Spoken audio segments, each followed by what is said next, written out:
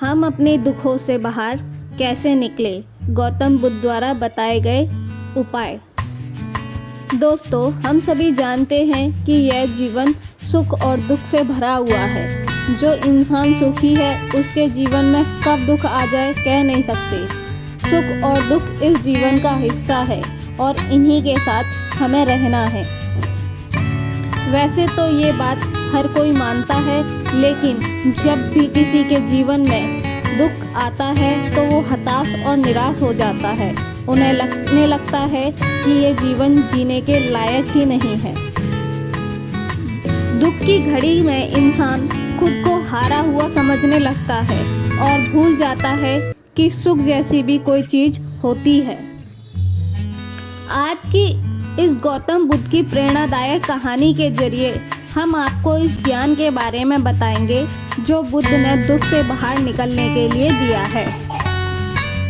गौतम बुद्ध ने अपने जीवन काल में बहुत से उपदेश दिए हैं और उन्हीं उपदेशों में से आज हम दुख से निकलने की motivational story of Gautam Buddha लेकर आए हैं। इस प्रेरणादायक कहानी को एक बार जरूर पढ़ें और अपने दोस्तों के साथ शेयर भी करें। एक बार की बात है, गौतम बुद्ध अपने कुछ शिष्यों के साथ एक गांव में उपदेश देने गए। गांव के लोग बुद्ध की शिक्षाओं के बारे में जानते थे और उनके ज्ञान से प्रभावित थे। उनके उपदेशों को सुनने के लिए आसपास के सभी गांव के लोग आए। किसी गांव से एक दिन एक बूढ़ी महिला बुद्ध के पास आई और उन्हें देखते ही उनकी आंखों में आंसू आ गए। रोते रोते बूढ़ी महिला बुद्ध से बोली, भगवान, मेरा इकलौता बेटा मर गया है। उसके बिना मेरे जीवन में सिर्फ अंधकार है।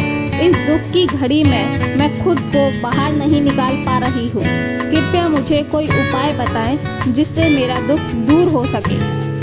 बुद्ध ने महिला को ध्यान से देखा और बोले, मैं तुम्हारे दुखों को समझ सकता हूँ, लेकिन इस वक्त मेरे पास ऐसा कोई उपाय नहीं है जिससे मैं तुम्हारा दुख दूर कर सकूँ। लेकिन तुम एक काम करो, इस गांव में ऐसे घर की तलाश करो जहां किसी की मृत्यु ना हुई हो और वहां से एक सरसों का बीज लेकर आओ। तुम्हारे वापस आने तक मैं तुम्हारे दुखों को दूर करने का उपाय ढूंढ लूँगा। गौतम बुद्ध की यह बात सुनकर उस महिला को लगा शायद इसी में उसके दुख से निकलने का कोई रास्ता हो और वह अपने बेटे की मृत्यु को कुछ समय के लिए भूलकर लोगों के घर घर जाने लगी। बुद्ध के कहे अनुसार जब भी वह किसी के घर के दरवाजे में दस्तक देती, उनसे पूछती, क्या इस घर में कभी किसी की मृत्यु नहीं हुई है?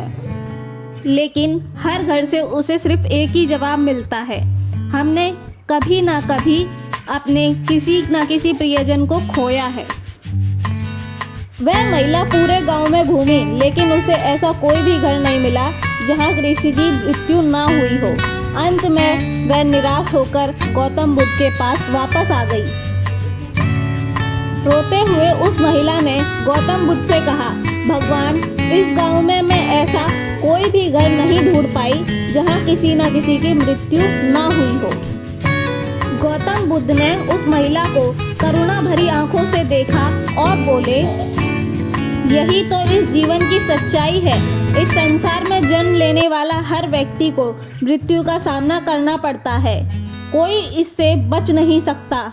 जो आया है उसे एक दिन जाना ही होगा।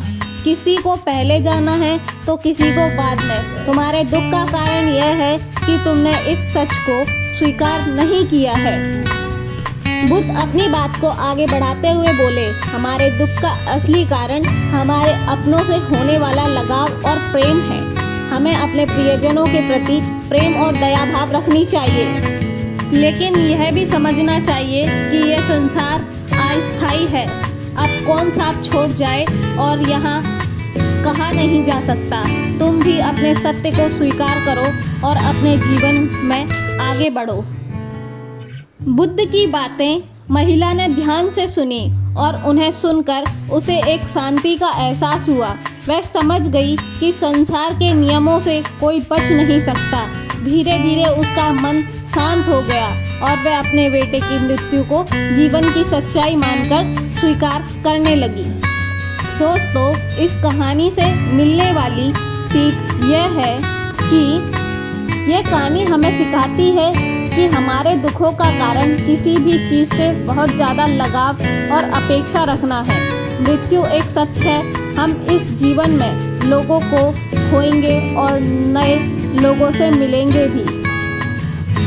जब हम लोगों से बहुत ज़्यादा लगाव और बहुत ज़्यादा प्रेम करने लगते हैं तो उसको खोने से हमें बहुत दुख होता है।